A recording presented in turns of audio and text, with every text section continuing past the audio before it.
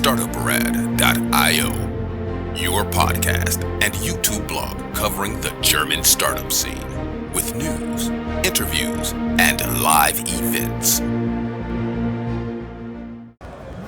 Hello and welcome everybody. This is Joe from Startuprad.io, your startup podcast and YouTube blog from Germany. I'm right now, as you can see, I once again shifted because SAP started their pitches, and unfortunately I was in front of the biggest loudspeaker they had, and so I had to change so anybody could understand anything. I'm right now here in the booth of Frankfurt Forward. You guys may remember I'm the media partner of Frankfurt Forward. So I now have another Joe here with me who's not actually Joe. What's your name and what are you doing? Yeah, my full name is Johannes Noll, and I'm a founder and CEO of AppGuard, and we are the cybersecurity startup from Darmstadt in Germany. Cybersecurity, that sounds fancy. What are you guys actually doing? I guess you can imagine that a software developer nowadays, they don't develop all the code for their products themselves, so they're using open source libraries, and 90% of the code they are using in the products is open source based nowadays.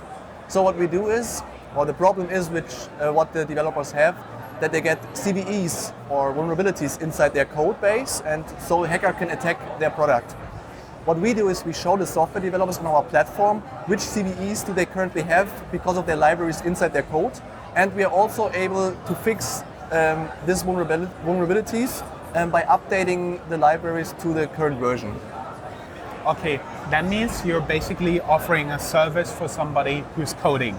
Yeah, and exactly. When I understand it right, they take some parts of the puzzle, which is finally the software, and they are open source, and you make sure those pieces are up to date and they don't have any vulnerability.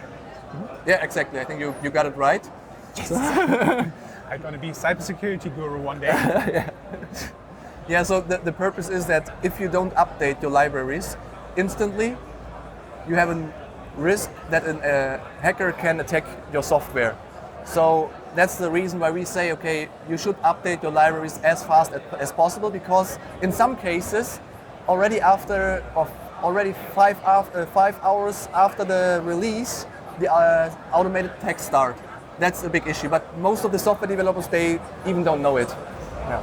Okay, I see, and that's basically the thing. There used to be a Patch Tuesday from Microsoft where they patched all the security, potential security problems they had in Windows, and then I heard, okay, and then there was Hack Wednesday because hackers tried to they analyzed the patches, saw the vulnerabilities, and the day after they started hacking for everybody who didn't update. Is it something like you make this hack impossible? We are not fixing the hack or the code itself.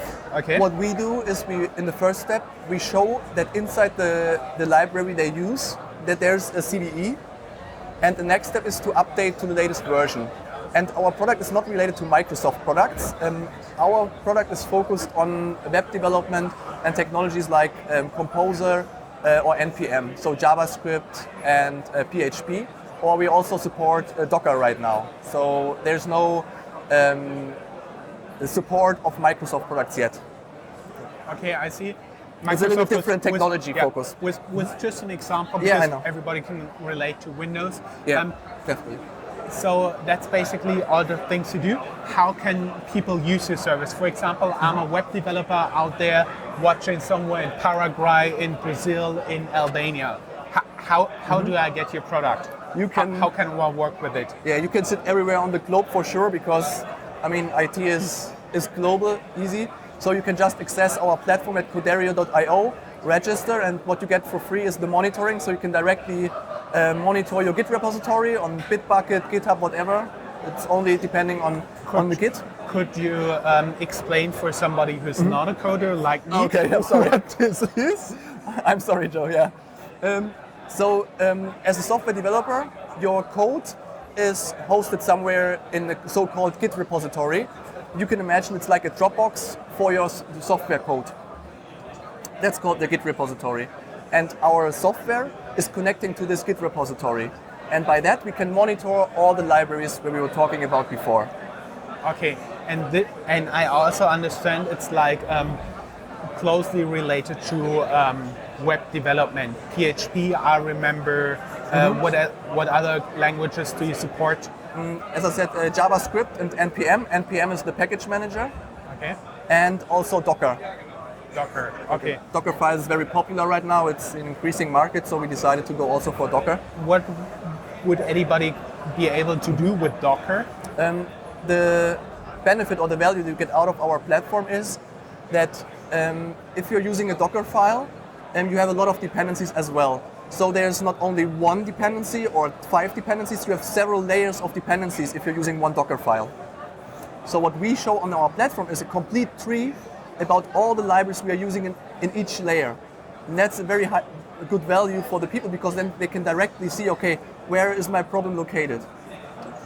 So okay. as a software developer, you directly see the value out of it if you see all the layers and all the dependencies on the platform very easily. And you really know where to fix. Yeah, or you know where your problem is, yeah. Well, usually the problem is in front of the monitor, but that's it. Well, it was everybody who would like to learn more, go down here in the show notes. There's a link to your LinkedIn profile, as well as to the company website. Thank you very much. Thank you, Joe.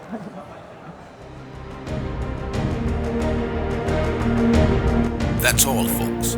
Find more news, streams, events, and interviews at www.startuprad.io. Remember, sharing is caring.